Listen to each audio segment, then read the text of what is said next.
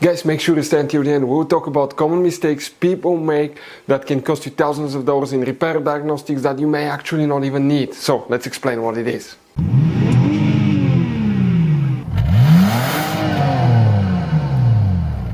Hey guys, welcome back to World Mechanics. Super quick, very helpful video for any of you having a Jeep Grand Cherokee this generation that you see right here, guys. If you have a problem where you need to find where fuses relays for the engine computer, also known as ECU, ECM or PCM, are located, guys, stay with us, we'll cover that today. Please do not waste any money on parts, tools, diagnostics until you watch that video. It could be quite simple fix. After that, if you need to buy any replacement parts and tools, we'll share the information in the description of the video below. Check it out and you can see where we get our tools and supplies from as well. Let's start on it now.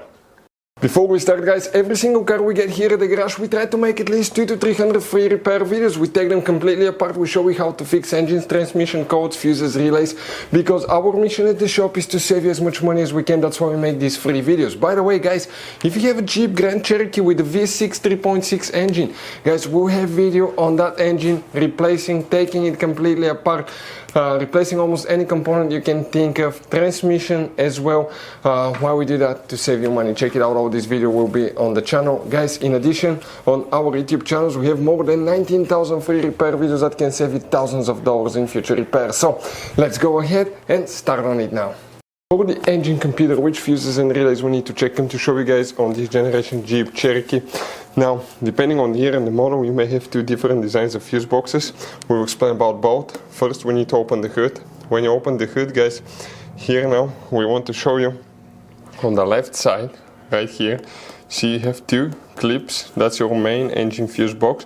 These two clips, if you press them together, lift the cover up, and underneath you're going to find a fuse box with a layout like this one for 2014 to 2022 model, and this is 2011 to 2013. Before we continue, let's explain quickly why it's always a good idea to test fuses and relays. Guys, it's very important to always test your fuses and relays. Why?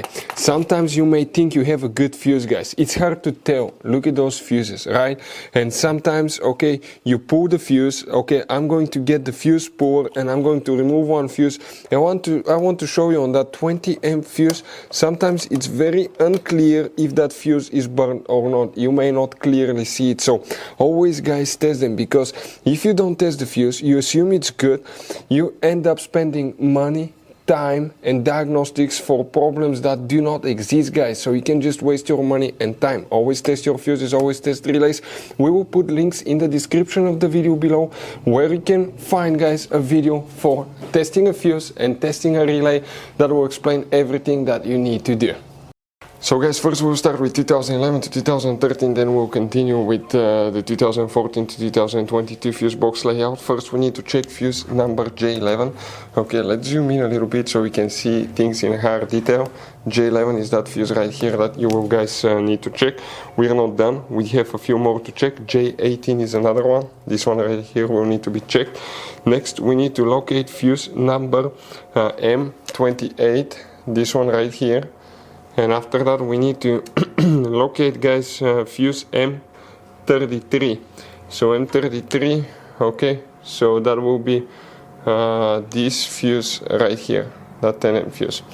Also, you will need to locate relay K5 right here. Now, if you guys have 2014 to 2022, things will differ completely. First, you need to check fuse number F22. You see that fuse right here will need to be checked. Well, let me see, right here, this one, F22. This fuse right here will need to be checked.